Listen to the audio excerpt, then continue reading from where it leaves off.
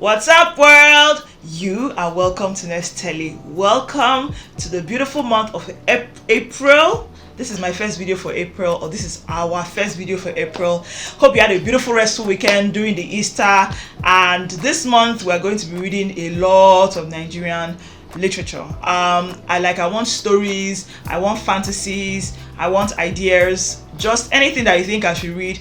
Leave it below. I'm going to read anything a Nigerian has read. I'll try and cram as much as possible into this month, so I'm always open for suggestions and whatever. So today we are talking about Elnathan Johm's On Ajayi Crowthers Street. This book is actually, I think it's one of the first books that he wrote. I'm not sure. It's one of the first books that he ever wrote. I was surprised by this book, I have to say, but I'm here to convince you to read it because you should read this book. I'm telling you, it's really good. So I'm looking at something. Alaba Onajin is the illustrator. The illustrator is very important because this book is a comic book. Like, I did not see this coming. I read it on script. I did not know, and then I flipped the first page. I was like, okay. Second page, I was like, wow, okay, so this is a comic book. I didn't know it was a comic book. I've been hearing of the book since, and I know a lot of the bookstores, most of the major serious bookshops in Lagos, they have the book, and they're always talking about it because, you know, he's my guy. Elnathan Johm is one of those people I'm always keeping tabs on. I follow him on Twitter and all that. He's someone I keep tabs on. After I read his book, Becoming Nigerian, that book is beautiful. I talked about it. Maybe I'll put the link up here so that you can also hear what I said about that. That book was beautiful. It was so funny, really nice. He writes satires, you know. I think he's the only satirist that I know. I don't know another one so far, especially the Nigerian. His text is really brilliant. It's funny and it's very insightful. Like a lot of times with the things that he talks about, you're like, this thing sounds like something that you know. So it's like a lot of times when he tells stories, they are supposed to be fictional, but it feels a lot like it's either it happened to him. I won't say it happened to him, but like how many things can happen to one person? So it's either it happened to him or it happened to people very close to him, or he just has a great way of arranging stories and making them look good. So this man is the bomb. That's what you need to know about the man. So let's talk about the book. Let me tell you why you should read this book. This book, funny enough, wasn't as funny as I thought it would be. It's actually more serious. Like I found less to laugh about. I think I laughed for the first 2 or 3 pages, or like the other book that I just kept laughing. That's Becoming Nigerian. But in this case, I just laughed like for the first few pages. Then afterwards, I just sat down there and read. It's very easy to read. It's not to 200 pages, and like I said, it's a comic book, so it's actually you can read it pretty fast and all that. I read it on script, so it's very easy to find. Or you can just find the hard copy anywhere. Really, most serious bookshops have it. Ooh, I'm so sorry. I am sorry, oh my god, bad manners. Anyway, so this book is about of course Ajayi Crowthers Street. It's like, you know, it's very everyday kind of people. The illustrator, I like the way the illustrator was. You know, I feel like it's a very appreciative piece of art that he did there, and I had to do a bit of research on him. That's the illustrator, the person that did the drawings, the cartooning. You know, like I said, it's a comic book, so the cartooning of it. Apparently, this is what he does. Of course, that's why he did it. This is what he does normally, but he's won awards for doing it. He's done a lot of things for female, little girls empowerment, those type of things. So it makes sense that he would do this book because the book makes a lot of sense. So, story of the book. If I blabber on because this is supposed to be a short video, it's a story of a street, right? Different families, a lady that blends corn. But the detail is in a pastor's story. There's a particular pastor who has 3 kids, 2 boys and a girl, married man, and then I think the wife has an aunt. Sorry, the wife has a sister that lives somewhere on that street. So the kids are always going there to have conversations with, like, she's the cool aunt that everybody can talk to and all that. But the focus is on the man of God. So like I said, the thing that made the book not to be very funny is that a good number of the things there are real and not happy. You know, there's a lot to laugh about, which is true, but there were a lot of things that they were like, okay, let me just tell you. I'm trying to tell you all the stuff without giving everything away.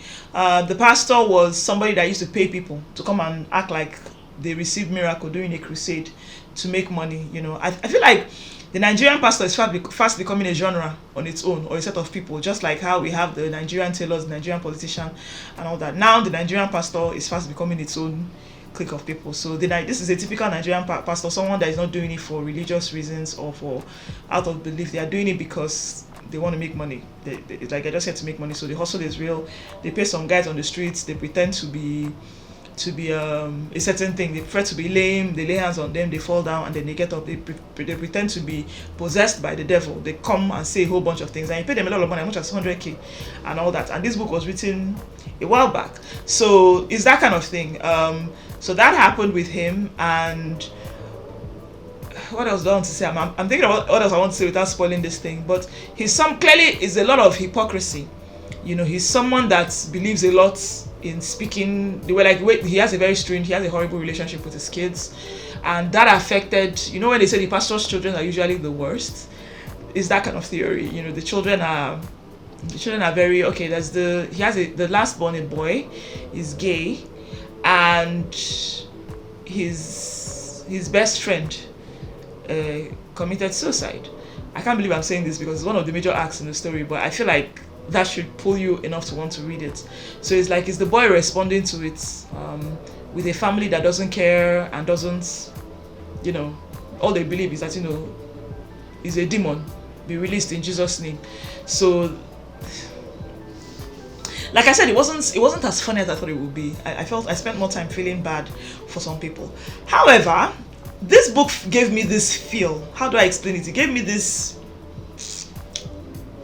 happily ever after fairy tale feel. Yes, the fairy tale feel where the bad things always happen to them, then the good things will happen to them.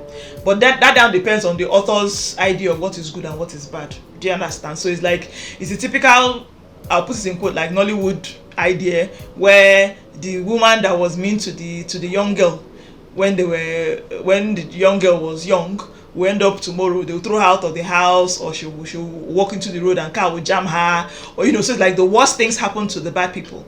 I'm of the impression that that's not how this life works. Do you understand? I've seen people, if you've been around the corner long enough, you've seen people that have done really what you can call really, really bad, and they're thriving out there on the streets. It's not like it's your job to sit down and be plotting and thinking of the revenge that people have, but you see people that are not exactly, I don't want to use the word sense, but they're not exactly good people. They've done some evil things and they're out there chilling, balling, whatever. So it doesn't quite work like that. Some of them even go and live, in quotes, a full life. They live to their 70s. They live, so it's like thunder doesn't strike them. They don't lose all their money. They don't get thrown out of the house by a landlord. They don't go into the streets and get jammed. So it's like, what I didn't like about this book. So what I'm wondering is that, was this book written, because I looked through to see whether this book was written for a younger audience.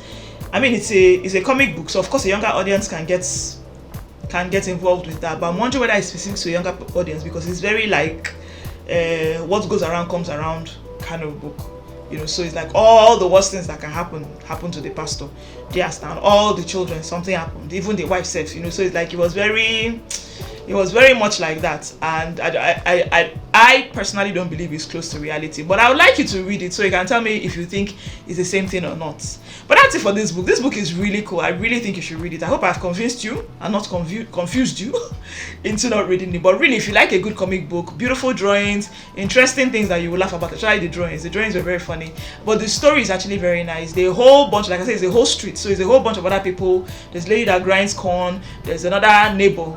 There's another lady that sells the shop. There's like a whole bunch of all those people that live on that street and what their lives are like. But the major character, the lead character or the lead people are this family. The family of the, what do they call that borough? What's the name?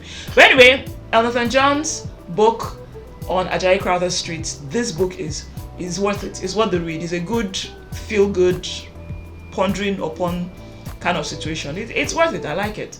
So, welcome back to the month of April. Why am I saying welcome back? Have we been to April before? Welcome to April 2021. Welcome to April. Welcome to April. Hope you had a beautiful Easter and you were able to get a lot of rest. We're going to get pumped, or we're already pumped out here working and continuing the grind like no man's business. And I imagine if you have kids in the house, holiday is equals to noise and a lot of food.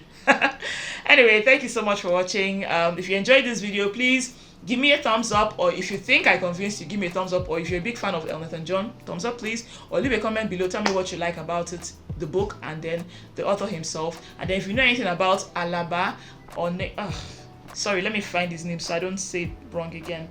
Alaba Alaba Onajin, something like that.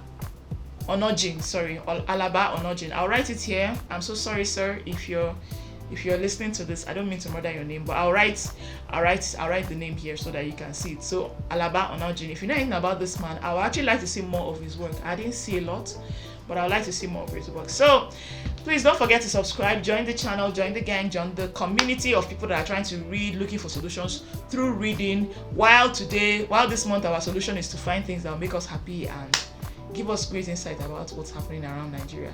Thank you so much for watching. Bye.